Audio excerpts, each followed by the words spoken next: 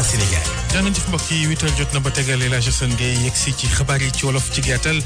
salaamaaleykum El Hadj. waaleykum salaam Hadj Babacar ñu ngi lay ziar naka noonu ñëpp ñu ànd ak RFM di leen ñaanal jàmm yi sàkku ñaan ci ñëpp xibaar yi yeeg soxna Mariam Diagne mi nu faat ci diwaanu Thiès la ko rey lu ñaw la loo xamante ni da ko baal gaañu bu ko yóbbu fi nga xamante ni mooy Barzak loolee tukkee ci rapport ab autopsie bi ñeel ko mu soxna si tolloon ci ñetti weer rek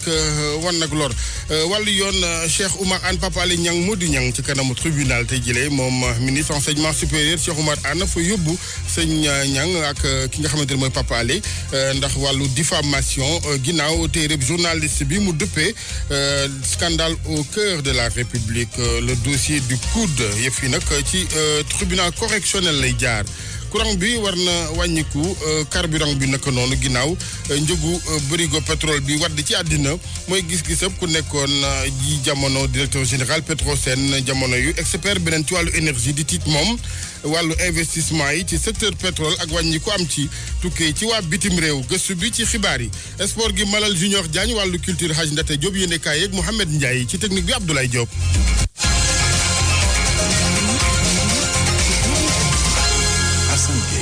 résultat yi daal di na génn ñeel autopsie bi jëmoon ci néew soxna Mariam Diagne mi nu daal di faat ca fii di diwaanu Thiès jam-jam ko rey ginnaaw góom boo xamante ni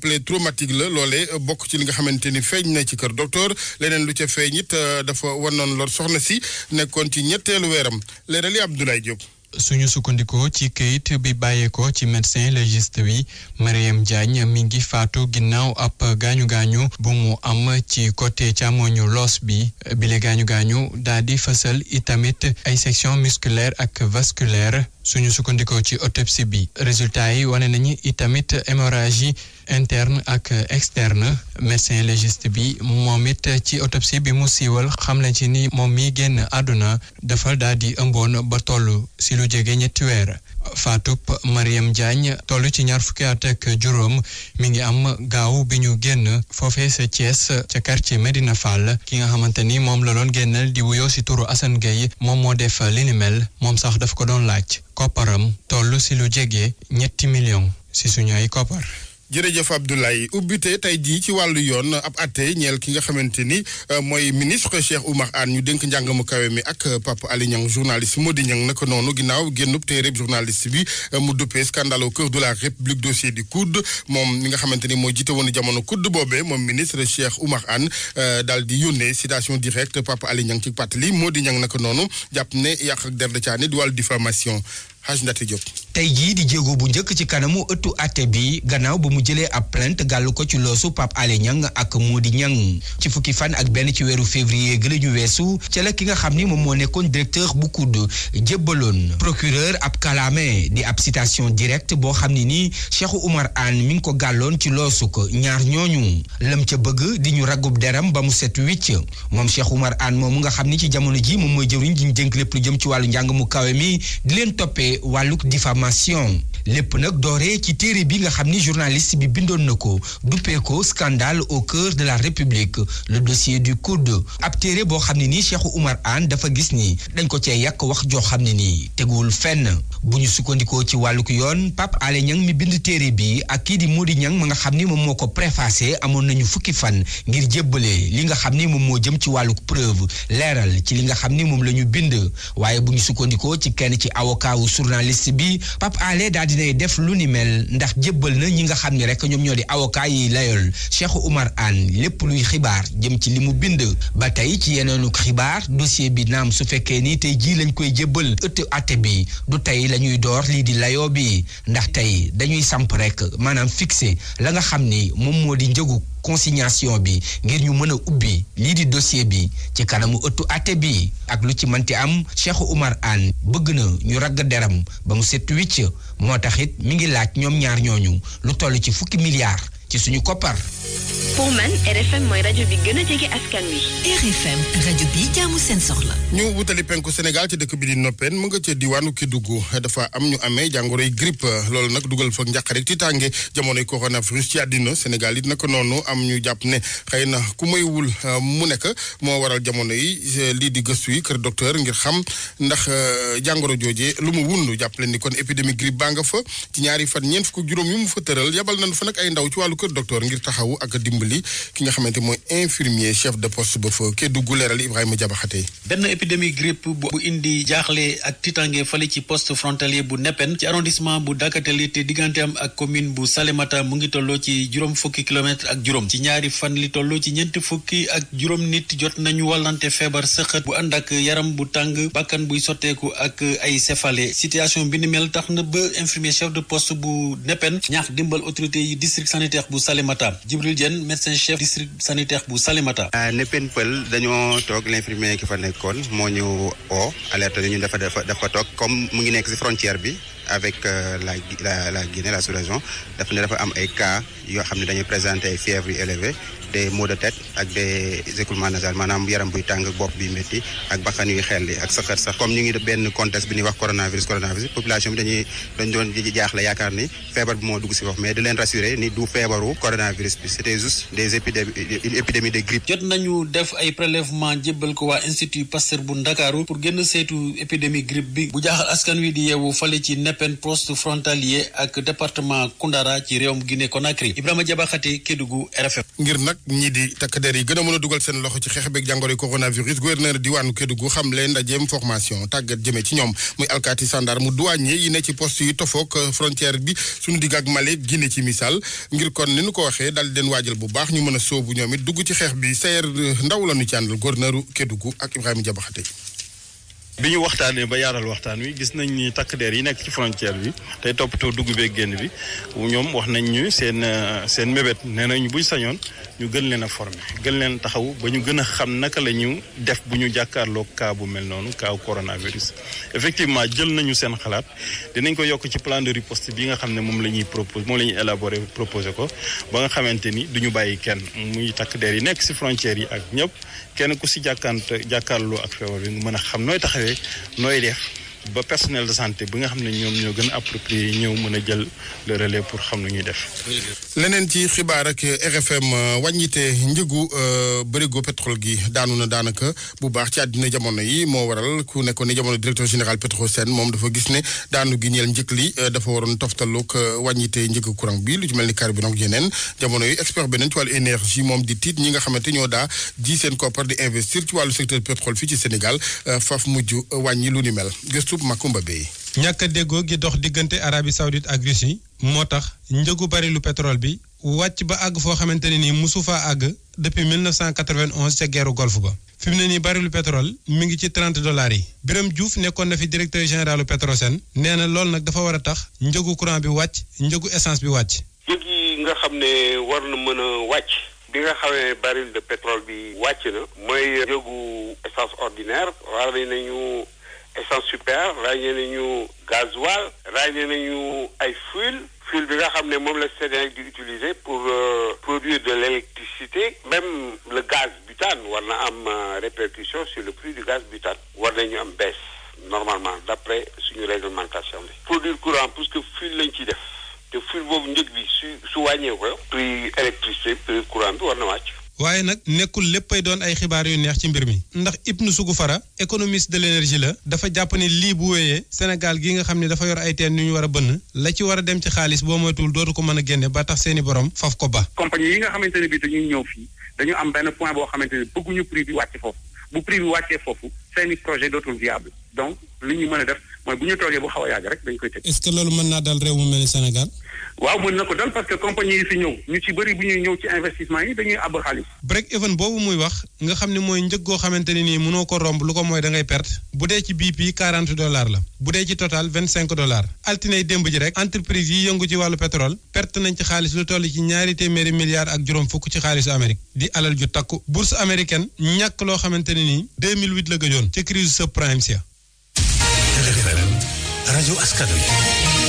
wàllu politique ak xalaat bi Amadou Ba am ci réero yëfa ci seen biir APR ci Parcelles Assainies fii ci Ndakaaru rafetlu lu ni mel bu sañoon ak déggoo naka noonu it noppi na mu ne ngir dalal ñenn ci camaradam de parti ñu déglu ko ministre Amadou Ba ak Koumba Sandiane Faye. ñu fa nekk ñoom njabootu président lañu am na ay xew-xew yu fa am lay sama cër mooy jéem ko saytu bu baax xool nan lañ koy saafara te ñu ngi waxtaan ci sunu biir au-delà de nos personnes ce qui est important mooy ñun ñëpp ñu ànd bokk ndey bokk baay mettre en œuvre la vision du président ñun ñëpp njabootu président Macky Sall lañu ñun ñëpp li ñuy yitteel mooy li dooleel président Macky Sall lii tax gis-gisam ñu mën ko mettre en œuvre et je pense que mooy aspect bi ëpp importance boo xoolee barki démb rek ñu ngi wax parcelle quelques militants qui n'ont pas été contents je vais les recevoir très prochainement pour que l'on puisse échanger. Le président Macky Sall m'a fait confiance et m'a demandé de faire de la politique et je continuerai à faire de la politique tant qu'il me le demandera lii war fi mu nekk mooy ñun ñëpp ci mise en œuvre plan Sénégal émergent ñu jàppante fexe ba ci juróomi at yi la nga xam ne président wax na ko ak Sénégal mu mën ko def ci anam bu muy gën a rafete mais surtout def bi ñu feeñal ko. moom ministre Amadou Ba kii di maire bu Mewane Bara Ndiaye mi ko joxoñ ci njort jëm ci daa ami ambition gi yeneen ngir wuutu gi ñeel Macky Sall dafa jàpp moom Bara Ndiaye ne du ci wax waaye ci jëf la koy dal di gëme ñu déglu Bara Ndiaye ak Abdoulaye Diop. waaw su fidèlee moo gën loolu lañ sàkku ci moom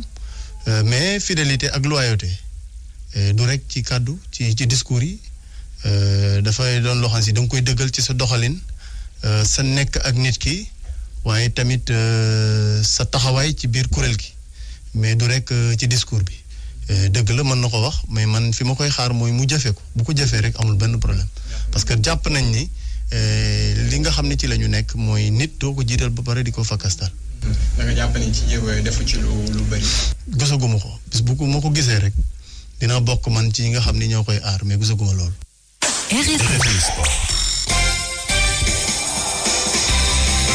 sport Malal Junior Diagne maa ngi lay nuyu Malal. maa ngi la fay la jasal. bismillah nu door ak wàllub football Ligue 1 Sénégal gannaaw ba nu jeexalee pàcc bu njëkk bi léegi dañuy taxaw nag xayma gars yi ñaata jongante la ñu jongante ñaata yoon la ñu lakk caaxi ñan ñoo jël raw gàddu gi ñoo ñuy def jéego ak ñan ñoo des ci diggub yëf yi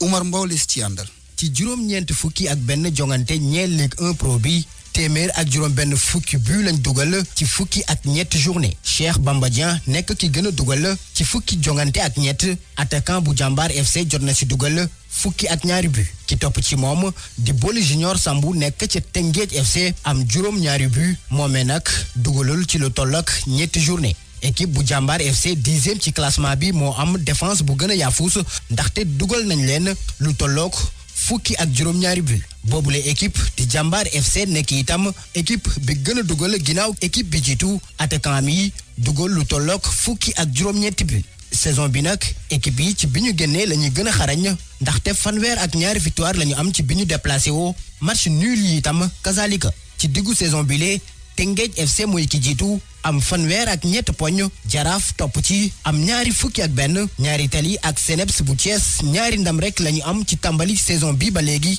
kon ñaari équipe yooyu ñooy ndaare ci championnat bi. nu waxtaanee ca Fatick foofa lu toll ci juróom fukk ci ay arbitre lu daal di kon yóbbu ci IPLEL ngir tàggataat leen commission régionale arbitrage ba foofa moo def kon lu ni mel jàngalaat leen fukk ak juróom-ñaari sart yi ñu war a sukkandikoo ngir mën a arbitrer ab jongante football loola nag Badara Ndiaye mooy kooku organisé inspecteur de arbitre la ca moom it dëkk kaddu yi am na yu mu ca yëkkati dénk ko Aminata Goudiaby bi gannaaw tàggatu gi. région yëpp am nañ ay arbitres internationaux ba mu des Fatick te ma dëkk Fatick day nekk loo xam ne day métti si man loolu tax ma ne jeunes yi région yi naa leen dajale jël instructeurs yi nga xam ne ñoom ñoo yore CAF yore FIFA di fa joxe ay cours indi leen Fatick modification yi xam nga bëri na gis nañ loi 3 modification bi ci am ci joueur suy génn terrain war a génne si ligne médiane bi wala war a génne fu nekk mais exception bi comme niñ ko waxee ne su fekkee ne équipe bi nga xam ne mooy recevoir ay supporters am dañoo nekk beneen côté bi joueur bi war a génnee foofu ta sécurité day menacé arbitre bi mun na ko mu génnee fii sans compter yeneen modification yi nga xam ne ñëw nañ ci les avertissements les expulsions bu officiels yi ak joueurs yi ak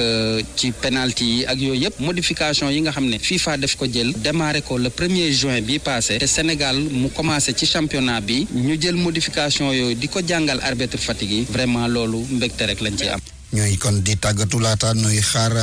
VAR bi dikk ñu jàngal leen sart yi naka lay doxee VAR gi dañu ko yittewoo tey ji ci ngoon jëm ci huitième de finale retour Ligue des champions ca Europe ne ca Allemagne Leipzig moo dee kon daje ak waa Tottenham ci ale ba doomi Allemagne yi ñoo doon kon doomi Angleterre yi 1-0 jongante geneen Valence moo dee kon daje ak waa Atalanta Bergame ci ale ba Atalanta Bergame di équipe bu Italie moo kon daanoon waa Espagne yi 2-1 yooyu jongante des ko déglu ci rajo Futurs Médias ëllëg ñoom Sadio Mané ak Liverpool ñoom ñoo de kon joué ak waa Atlético Madrid loolu nag ca Angleterre lay nekk beneen jongante ca France Paris Saint-Germain moo dee kon laale ak équipe bu Dortmund ci ale ba dañoo doon Paris Saint-Germain 2 bal ci benn waaye loolu ca Allemagne la daal di kon xewee Alaaji Asan jërëjëf Malal. xajal Alaaji Ndate. Diop waaw mu yegg si. ci wàllu culture football moom xam nga Ndate sax boo xoolee muy dem. xam ni du football. la rombee waaxu nga xam ne du. mu ngeen football dëgg kon mu daal di ñu baaxee rek chronique culture bi. dal leen ak jàmm. édition 2020 bu Teranga Movies Awards ñu koy waajal cérémonie bi ñoo ngi ko jàpp juróom-ñeenti fan ci weeru avril wi di ñëw waaye ñi nga xam ne ñoom ñoo di initiateurs yi daal dinañuy door la ñu duppee ay résidence artistique ñoom nag dinañ am diirub 3 ba juróom benn weer. te ñoo ngi ko jagleel ñi nga xam ni ñoom ñoo di acteurs yi di ay scénariste réalisateur wala sax producteur Fatou Jupiter Touré moo sanc association cinéma 221 ñu déglu ko ci micro Penda Fedior. li waraloon suñu teewaay fii ci monument de la Renaissance ñun waa association cinéma 221 Teranga Movies Awards dañuy lancer activités yi ndax ñu ngi toll ci benn weer moo des pour cérémonie Teranga Movies Awards bi am donc li ñu ci jublu mooy ñun association bi ay professionnels du cinéma la te dañu bëgg a dox ci lépp li nga xam ne dafay professionnaliser métier bi moo waraloon daaw dañu amoon benn master class boo xam ne ay questions yu bëri génnoon na ci waaye bi ci amoon solo mooy surtout acteurs yi dañu laajte woon ay formation moo tax tey ñu dajale ñenn ñi amaana sax mënuñu woon satisfaire ñëpp am nañ plus de 500 demandes waaye dañ ci jël ñenn parce que but bi derrière mooy dañu bëgg fii ak ay weer ci kanam ñu def ay résidence yoo xamante ne ay 3 weer lay am ak ay 6 mois lay am ba nga xam ne dinañ ci mën a jëlee lu concret donc lii pour wan xëy na ñi nga xam ne ñoo ñu war a gën a dooleel wan leen ne nit ci bëgg nañ ko ñu xool bu ñu jugee ci lii naka la ñuy dem ci yeneen projet mu di résidence artistique yu am solo bu ñu sukkandikoo ci directeur bi ñu dénk lépp lu jëm ci wàllu cinématographie Dias di xamle ni ndaw yu bari dañuy intéressé wu ci wàllu cinéma moom mu teewaloon fa jëwriñ ji ñu dénk lépp lu